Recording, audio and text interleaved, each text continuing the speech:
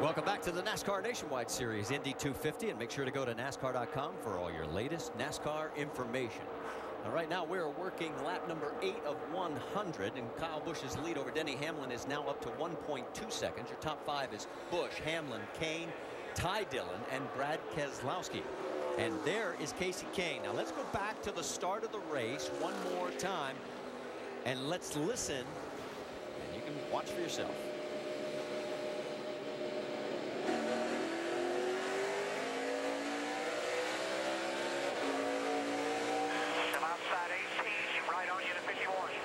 Well, the procedure is that the green flag does start the race, but the second place car is not supposed to beat the first place car, the pole sitter, to the line. And NASCAR has told us that their interpretation was that the 38 of Kasey Kahne just did not go when the flag came out. So that's pretty obvious there. Yeah, I can't argue with them on that part. That's their ruling, but it didn't look right for sure. So there'll be no penalty assessed as we continue to knock down the laps here. Now remember, we have the competition caution coming up at lap 15. There again in that 51 is young Ty Dillon. We go on board with Brad Keselowski. He is right behind Ty.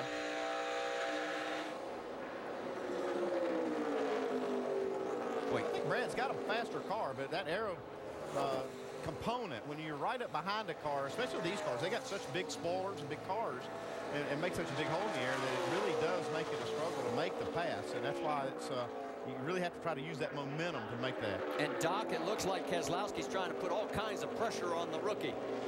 He really is, but he's also being very, very patient, but he knows he's got a great race car. A moment ago, Brad Keselowski cued the radio, and I'm going to paraphrase what he said. He said, guys, holy cow, this thing is a rocket. Well, he's got him now as he's going down the outside on the front stretch here, and he will take over the spot from the 20-year-old who made his NASCAR Nationwide debut back in Dover in June, where he started 3rd and finished 8th, and whoa, little wiggle there. Yeah, he did wiggle a little bit. I'm not so sure that maybe Richard Childress didn't get on and tell Ty, say, look, you know, no reason to race right now. Give him that spot, and you can maybe learn a little something.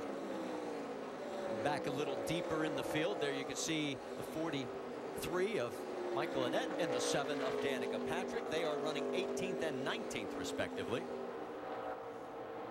You can see her last lap with the leader's last lap being about 4 miles an hour faster. If you're in any kind of traffic at all, that's going to hamper your speed. You're not getting all the air you need to the front end. And Travis Pastrana doing a nice job here so far today. And he is in that 20th position. I asked him, I said, what is your impression here after the first time he got out of the car? He goes, man, you are in the gas forever. And I think the biggest surprise that we all sort of didn't expect was how little brake these guys and gals are actually using. Yeah, the big spoilers are helping them not to have to use a lot of brake down into the corners, even at the end of 1 and 3. Here's our best battle on the racetrack right now. That's Joey Logano in 6th and Austin Dillon all over. Now, Austin told me, he said he and Ty, they went go-karting last night. He made sure he told me that he beat Ty in the go-karts. Right now, Ty's got the upper hand as far as positions going here on the racetrack. Ty running in 5th. You're on board with Austin in 7th.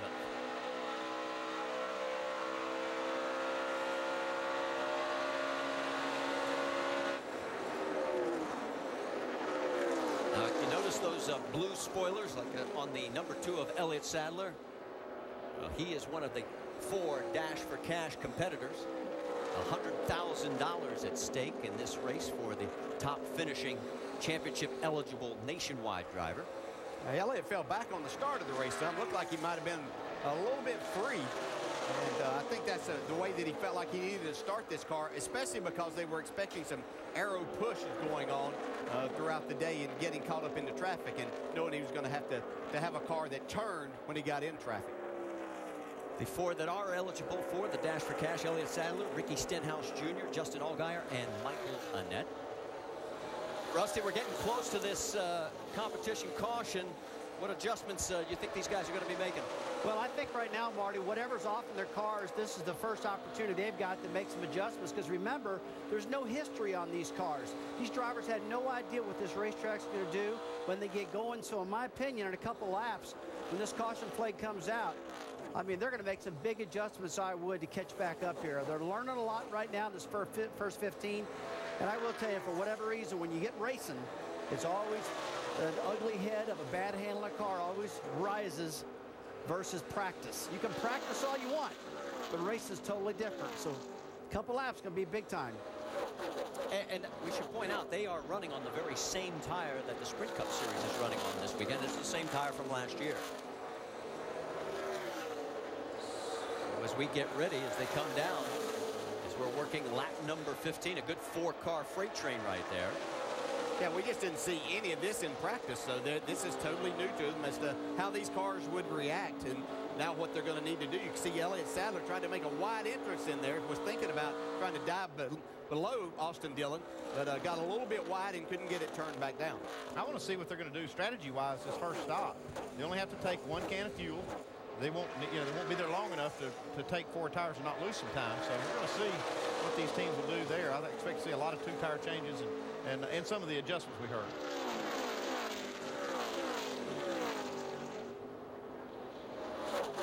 Should be coming up on that competition caution soon. 8 of the top 10 have all competed in races here at the track before. The only 2, the Dillon brothers. They're holding their own pretty well right now, too. You thought that they'd made quite a few laps around here themselves.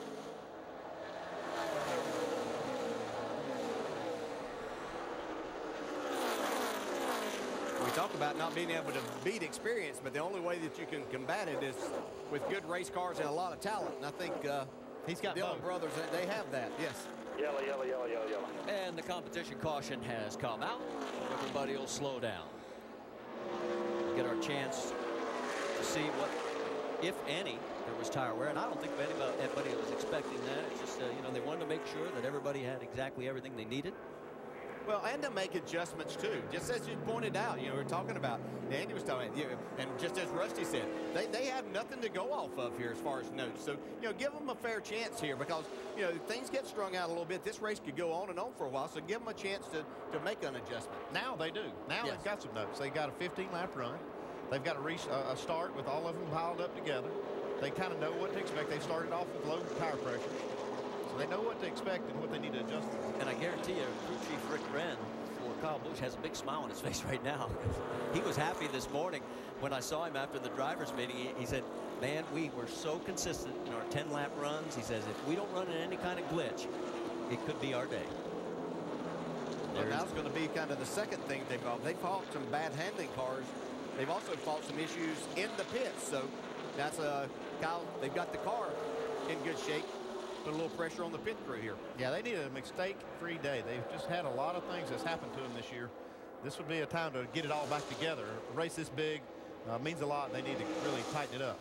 While the field still bunches up behind the pace car, we can tell you it'll be Tim Schendel getting the free pass. He was 1 lap down. There are several cars that are behind the wall. TJ Bell, Kevin LePage, Chase Miller, Josh Wise, and Stephen Light. Everybody else still out running. Talking about Rick Wren, he's the team manager over at Kyle Busch Motorsports. Mike Deems is the one that's going to make the call here in just a minute. Yeah, Rick was, I mean, you could not wipe the smile off his face this morning.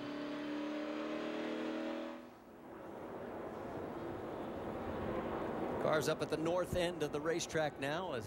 When you slow down, they're actually going 70 miles an hour. That's pace speed, but it looks like they're, crawling along at about 15 or 20 in city traffic. Feels like that. It'd be interesting to see, too, Denny Hamlin there in second. That he had out for a while, but it had fallen off. So is he going to make some kind of adjustment, or is Denny Hamlin just kind of playing things cool right now? So as you see, they come down pit lane with Kyle Busch, our race leader. And, of course, this is his team. And if you've been with us throughout the course of the season, they have not had the kind of success that he was accustomed to when he was driving for Joe Gibbs. This could be his best opportunity to notch his first win. And what better place to do it than here? Let's go to Dave Burns. Paul Menard looking for a second career win. They'll make a big wedge adjustment. They'll make a 4-tire change. They'll put Sunoco fuel in. The car was a little tight off the corner. Vince? Too loose on the entry for Denny Hamlin. It's a 2-tire stop with a tick of wedge. Mike? Gil Martin calling the shots for Ty Dillon. Ty Dillon's truck team making the moves. 2-tire change there, Doc. Kyle Busch, 2 right side tires, top it off with Sunoco. No changes.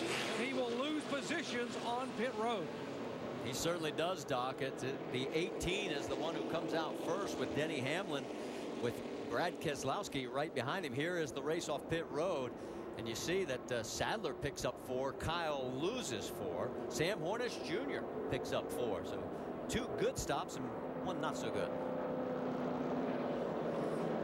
Let's go back and check in on Danica Patrick as we'll go over the wall with Eric Ludwig.